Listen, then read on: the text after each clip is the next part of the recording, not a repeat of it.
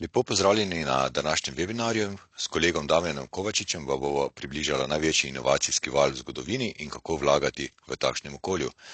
Na tem področju bo seveda precej izzivov in priložnosti v naslednjem desetletju, ki ga bo zaznamoval ta tehnološki napredek.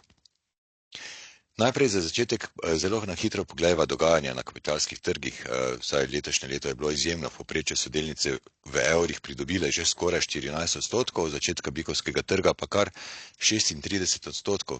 In Damjan, kje se nahajamo in kaj poganja donose oziroma kaj lahko pričakujemo v prihodnje? Ja, po lanskih izjemno privlačnih donosih borzni trgi ne kažejo znakov popuščanja. Letos drugi najboljši donos v ameriških volilnih letih, torej ameriški delniški indeksi znova dosegajo najvišje vrednosti, ampak delniški indeksi ne samo v Ameriki, tudi drugje na razvitih trgih, celo Kitajska se prebuja iz tega večletnega desetletje že trajajočega spanca. Je pa res, da je aktualni bikovski trg, kot vidimo, še mlad, prekipeva pravzaprav od moči, nekako po tem statističnem profilu bi rekli mladenič, mladenka, stara 27 let, v najboljših letih. Statistično gledano še nismo torej niti na polovici poti, ko gre za povprečne povojne donose ameriških delnic, ne v znotraj bikovskega cikla rasti. Mi smo nekje na 40% v dolarjih, povprečje celo 160, vidimo trajanje 19 mesecev, povprečje nekaj manj kot 60 mesecev v tem dolgoletnem trendu rasti. Bomo videli, kaj bo, ne posebej zdaj, ko se mi zdi, da bi inflacija lahko začela padati pravzaprav kot kamen.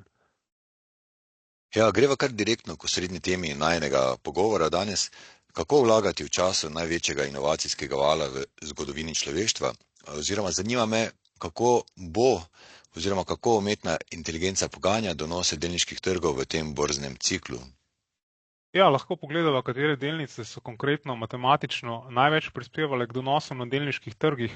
Logično, ne, če je to AI tehnološki val, morajo biti to delnice, ki so v spredju tega buma, ki je povezan z umetno inteligenco, in po 19 mesecih od dna borznega cikla sredi oktobra 2022 ne, je k donosu globalnih delnic, ne, ki so takrat pridobile 36%, vidimo, ne, največ prispeval tvoj sektor, ne, informacijske tehnologije, 16 odstotnih točk, to je 44% donosa. Vidimo finance kot drugi najboljši sektor, daleč zadaj, okrog 5 odstotnih točk oziroma 14% donosa. Zdaj, če greva še eno stopničko nižje na korporativno raven, spodaj na sliki so to delnice Nvidie, noro, ne, lastnoročno več kot 13% vsega pozitivnega donosa, Microsoft tudi visokih 7%, ne, Meta s Facebookom 4%, Google 4,9%, pa Amazon 4,2%, torej brez sence dvoma bom rekel, ne, vsa ta imena so močno neposredno ali pa še bolj posredno povezana z umetno inteligenco.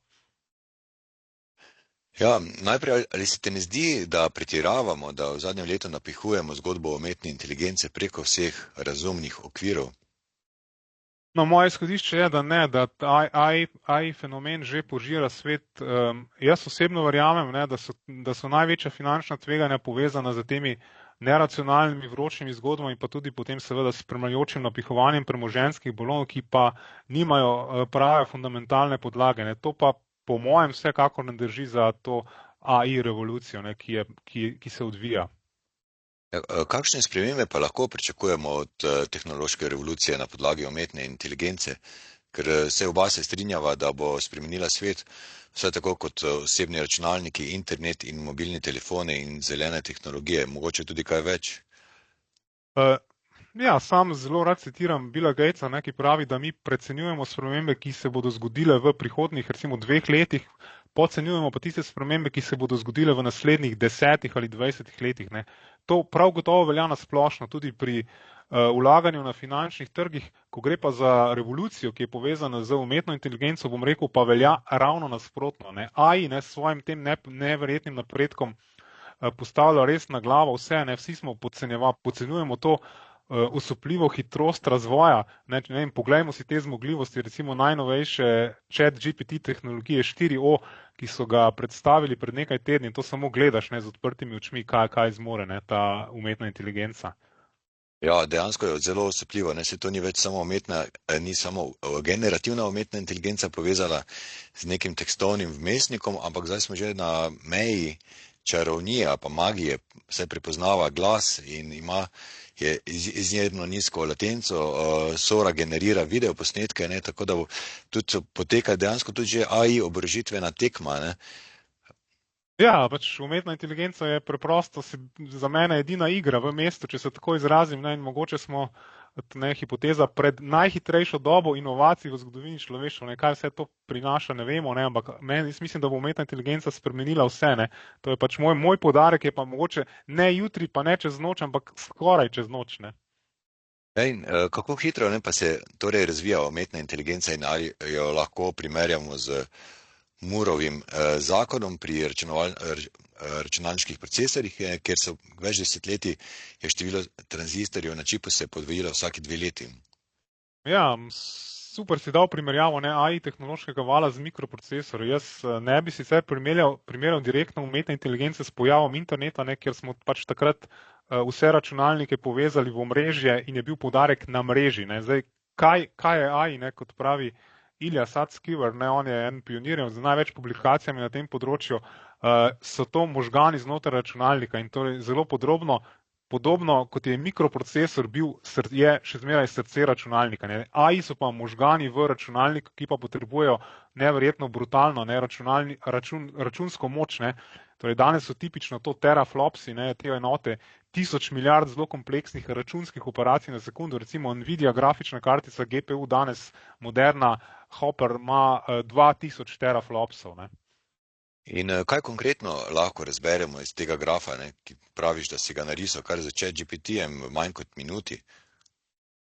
Ja, to je eden glavnih razlogov, ne, zakaj sem navdušen nad razvojem umetne inteligence. Mogoče ta graf res ga ponazarja, ta brutalna moč strojne računske moči, ne, za to, kako učinkoviti pa natančni so danes ti veliki modeli AI, ne, ki danes prinašajo približno že 95% točnost. In seveda takšna učinkovitost ni dovolj za marsikatero področje uporabe, ne, ampak potrebujemo res nadnaravno računsko strojno moč, ki je, bi rekel, nikoli ni dovolj. Ampak zapomnite si, ne, ta eksponentna rast umetne inteligence, ta pač zakon, skoraj vsako leto 10-krat večje pač računske zmogljivosti, ki jih prinašajo ti čipi, ne. Ja, kaj meniš, kako dolgo pa lahko pričakujemo nadaljevanje teh trendov? No, poznavalci, specialisti, ki razvijajo AI tehnologijo, delajo na tem področju, pravijo, da lahko pričakujemo nadaljevanje te eksponentne rasti tudi v naslednjih, recimo 5 do 10 letih. Torej vsako leto 10-krat več, ne, računske strojne moči strani teh specializiranih AI čipov, ne. To je tudi predpogoj, ne, za AI revolucijo, ne, v smeri te vedno bolj napredne splošne, ne, umetne inteligence AGI, ki jo poznamo pod to skratico, ne. Ta naj bi sčasoma tudi postajala seveda vse bolj razumna, pa dosegla tudi zmogljivosti človeških možganov. Danes ne imamo ozko grlo na strani, prav na strani teh, kot veš, ne, AI čipov, ne, po katerih je res nenasitno povpraševanje in tudi razvijalci, ne, te programske opreme, ogromno idej imamo, mi bi radi trenirali te modele, ne, da bi bili vedno bolj zmogljivi, da bi bili bolj natančni, tudi da bi imeli več 100 milijard parametrov, ampak ja, ne gre kar tako, ne. Ja, mogoče beseda ali pa dve o ozkih grlih, ne, pri osnovnih gradnikih umetne inteligence in kako so sestavljeni današnji podatkovni centri in kdo so glavni igralci v dobavnih verigah umetne inteligence in tudi kje vidimo naložbene priložnosti. Ja, škoda, da nimamo časa, ne, da bi se spustilo v to, kako neverjetno kompleksni so danes ti AI čipi, ne, kjer pa dizajnerji in pa tudi proizvajalci opreme res premikajo meje fizikalnih in kvantnih zakonov.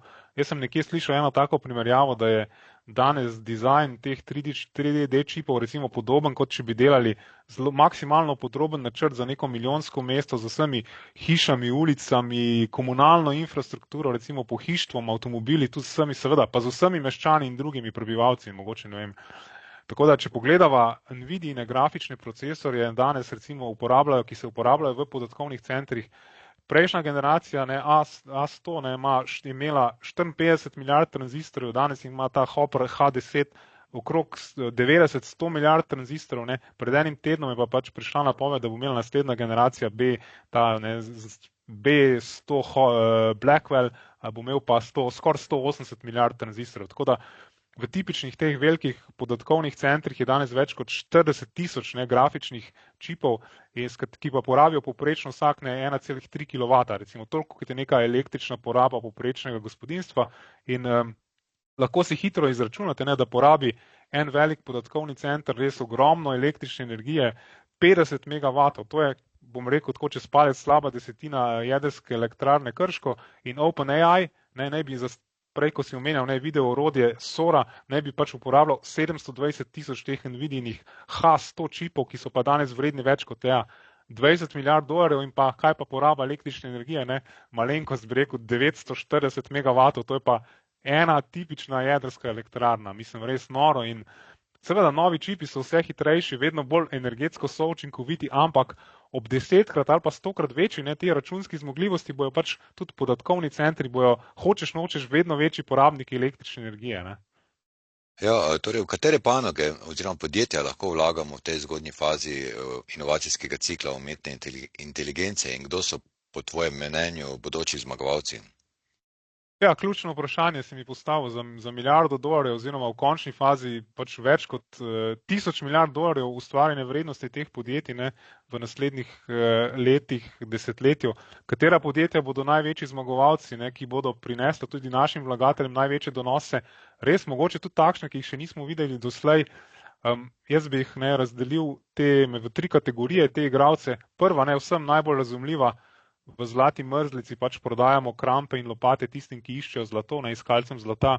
To je ta ekosistem, dobavna veriga, ki jo vidiva, AI podatkovnih centrov, razvijalci čipov Nvidia, seveda, razvijalci čipov Nvidia, potem AMD, ARM, pač seveda proizvajalci teh čipov, Taiwan Semi, potem proizvajalci komponent, omrežne opreme, Arista, Broadcom, Spomin je tukaj, potem so sistemi za napajanje in upravljanje z energijo in toploto, ki so zunaj teh strežnikov, ampak izjemno pomembni, pa seveda proizvajalci tudi opreme za izdelavo in testiranje polprevodnikov. In ta kategorija, kot smo videli doslej, daleč največ prispevala k donosom in to je zelo kompleksen ekosistem, kakšnih 50 glavnih igralcev, ampak še 1000 recimo stranskih podjetij tudi, ki pa so vsa nepogrešljiva. Ja, in menjajo tudi drugo skupino zmagovalcev, kot so ponudniki infrastrukture za umetno inteligenco in oblačnih podatkovnih storitev, hyperscalerje, recimo Microsoft Azure, Google Cloud, Amazon Web Services, se strinjaš z njimi? Ja, seveda, to je pač ta druga skupina v tej piramidi pač teh podjetij, na katere stavimo v tem času. Potem tretja skupina, so pa potem seveda to, bo rekel zaenkrat najbolj zapostavljeno, aplikativni softverski del, kjer imamo po eni strani stare, uveljavljene, dominantne igralce, ki imajo, ogromno uporabnikov, milijarde uporabnikov, vse podatke, to je tudi zelo pomembno, Google s svojim iskalnikom, YouTube, jasno, to sta Googlova, potem je Meta, ki ima Facebook, Instagram, WhatsApp, potem so tukaj Microsoft, jasno, in pa Apple, v zadnjem tednu je prišel svojo vizijo Apple Intelligence in to se že pozna tudi na ceni delnice. Danes je to recimo res najmanjša skupina, če pogledamo po vrednosti, ki jo prinaša, ampak tu je še najmanj jasno, katere bodo tiste prave killer aplikacije, če se tako izrazim. Zaenkrat res veliko govora o integraciji umetne inteligence, imamo vse te AI pomočnike, orodja, ki pa predvsem nadgrajujejo stare aplikacije v podobnem okolju. Zdaj, ključni preskok, ki ga jaz pričakujem, so pa te popolnoma nove, izvirne AI aplikacije, te res killer aplikacije. Zdaj, ne vem, če se spomnite, v internetni mobilni dobi so bili to recimo e-mail, SMS, spletno nakupovanje, tudi igranje iger preko mreže, bančništvo, navigacija, tudi pretočne storitve ali pa seveda YouTube, Instagram potem v dobi mobilnih telefonov, tako da z malo domišljije si predstavljamo kakšne vse aplikativne rešitve bodo kmalu na dosegu in podjetja danes razmišljajo o integraciji, recimo AI, o avtomatizaciji tudi vsakdanjih poslovnih procesov in tudi AI robotizacija bo radikalno spremenila že podobo te klasične industrije in številne storitve bodo z njim povezane, tudi mogoče tudi humanoidni roboti, AI roboti, ki bodo avtomatizirali recimo proizvodni proces in ustvarili čisto neko novo industrijsko okolje. Seveda, čez kakšnih 5 let, verjamem, samo vozeči avtomobili in pa seveda, to je pa mogoče najbolj spregledani del, to je pa nova doba odkritij inovacij, ki jih prinašamo na vseh področjih. In to je ta super kombinacija človek plus pač vedno bolj zmogljiva umetna inteligenca. In ta AI piramida, zdaj piramida se bo pa postavila na glavo, torej in največji zmagovalci še prihajajo. To je ta aplikativni del, zaenkrat so neznani. Kdo je tisti, kdo je recimo konec 90-ih sploh vedel, ne, poznal, da bojo prišli Amazon, Google, Facebook, recimo Nvidia, Booking. Tako da ključna beseda tukaj, da umetna inteligenca prinaša res revolucionarno nove uporabniške izkušnje. Ja, v zgodovini smo zaznali, da bikovski trgi običajno plezajo čez zid skrbi, ne, in zdaj večina ljudi še vedno ne uporablja prav zares orodij AI oziroma tudi pripomočkov pri svojih vsakdanjih opravilih in na delovnih mestih, kar pa se bo očitno zelo spremenilo v naslednjem letu z AI pametnimi telefoni in AI pripomočki, ne, ki bodo imeli integrirano strojno in programsko opremo, specifično za uporabniško izkušnjo. Mogoče kaj več o tem? Ja, mogoče tudi razlog v tem, da je splošna javnost zelo, mislim, prestrašena, ne, presenetljivo prestrašena. Ne. Jaz sploh, če lahko verjamem o tem raziskavam mene ankete Pew Research, več kot polovica je bolj zaskrbljenih kot pa navdušenih nad AI, nad umetno inteligenco. 36 po tej raziskavi neutralnih, samo 10% ne pa tistih recimo tehnooptimistov, ne, kot sem jaz, ki so bolj navdušeni kot pa zaskrbljeni nad tem, kaj pač prinaša umetna inteligenca. Ja, in kako daleč pa smo v tem inovacijskem valu umetne inteligence? Ja, pač kje smo v razvoju AI danes, ne, sej, če si mogoče še spodobim eno pač slavno primerjavo od Churchilla, smo še daleč od konca AI tehnološkega vala, ne, pač daleč od konca, mogoče smo, niti nismo pri koncu začetka, ne, po nogometno, ne, ker se bliža pač Evropsko prvenstvo, rekel, v prvih 10 minutah igre, ne, ta otrok umetne inteligence je še v plenicah, naredil je zdaj prve korake, nihče ne ve res, v kakšno osebnost se bo razvil in tudi mislim, da smo malo v tem najinem webinarju tudi nakazala ključne smernice. V resnici je prezgodaj, da bi razmišljali o tem, nekatere bodo res tiste prave, bom rekel, ubijalske killer aplikacije. To je tudi še en dokaz, ne. Lani je bilo recimo z investicijami v AI povezanih 135 milijard dolarjev, ne. Do leta 2030 ne bi se pa te investicije povišale na 830 milijard dolarjev letno. Kar je, recimo, takrat bo to toliko, kot je bilo recimo na vrhuncu internetnega balona. Tako za primerjavo, ne. Ja, zelo dobra primerjava. Ja, kako pa naj se običajni vlagatelj znajde tej AI vročici oziroma skoraj maniji že, oziroma kako se lahko izpostavi do priložnosti, ki jih ponuja ta borzni megatrend desetletja? Moje izhodišče je, da moramo biti fleksibilni, da ta borzni in poslovni cikel ne bosta nujno sinhronizirana s tem sekularnim tehnološkim valom umetne inteligence. Mi se moramo pripraviti tudi na občasne globoke korekcije, na mini medvedje trge in mi na Zalešem ne upravljamo od uravnoteženih do globalnih delniških skladov, ne, Infond globalni uravnoteženi, Infond globalni delniški, ne, poleg tega tudi Infond tehnologijo in megatrende, tako da res pokrivava ves spekter na krivulji tveganja, ampak bistveno je, da se vlagatelji res pripnejo s tem varnostnim pasom, da so pripravljeni na turbulence. Bo pa visoka, ne, ta AI plima dvignila vse ladje in se dotaknila res nepričakovanih delov gospodarstva, recimo tudi oskrba z električno energijo, industrija, medicina. Danes smo se res dotaknila nekih teh ključnih argumentov, ne, da smo še daleč od vrha oziroma celo balonov umetne inteligence. Najina sklada Infond tehnologija, megatrendi sta res načrtno, zavestno izpostavljena do teh najbolj vročih AI naložbenih zgodb. Megatrendi so tudi izven tega širšega področja informacijske tehnologije, recimo proizvajalci baterij, jedrska energija, potem AI, industrijska robotika, ne, tudi inovacije v medicini, ker pa se res vse v tem svetu umetne inteligence odvija res s svetlobno hitrostjo, bodo tudi, mislim, da glavne naložbe mogoče na skladu megatrende čez 3 mesece kar že precej drugačne. Tako da jaz pravim, ne, da najdemo bisere med vsemi temi tisočimi naložbami, ki so nam na voljo, bomo morali na tej recimo peščeni plaži umetne inteligence dvigniti res veliko kamnov in do takrat pa, ja, mislim, da moramo biti super fleksibilni, ni svetih krav, ne, nobena naložba ni nedotakljiva, niti recimo njeno veličanstvo Nvidia, res kraljica AI čipov, ki ima res totalen monopol, ne, res osrednja figura te AI revolucije, ampak ne, umetna inteligenca res požira svet, ne, a smo mi pripravljeni ali nismo, ne, in res midva z Alešem tudi skupaj s kolegi, ne, na Infondu bomo naredili vse, da tega vlaka ne bomo zamudili in da bomo potem z vami še recimo naslednjih 20-30 let, ne. Ja, Damjan, zelo lepo si povzel. Vsem vam pa najlepša hvala za vašo pozornost in tudi upava, da vam bodo te omenjene informacije pomagale dobro prekrmariti pri vaših naložbenih odločitvah. Še enkrat hvala za pozornost.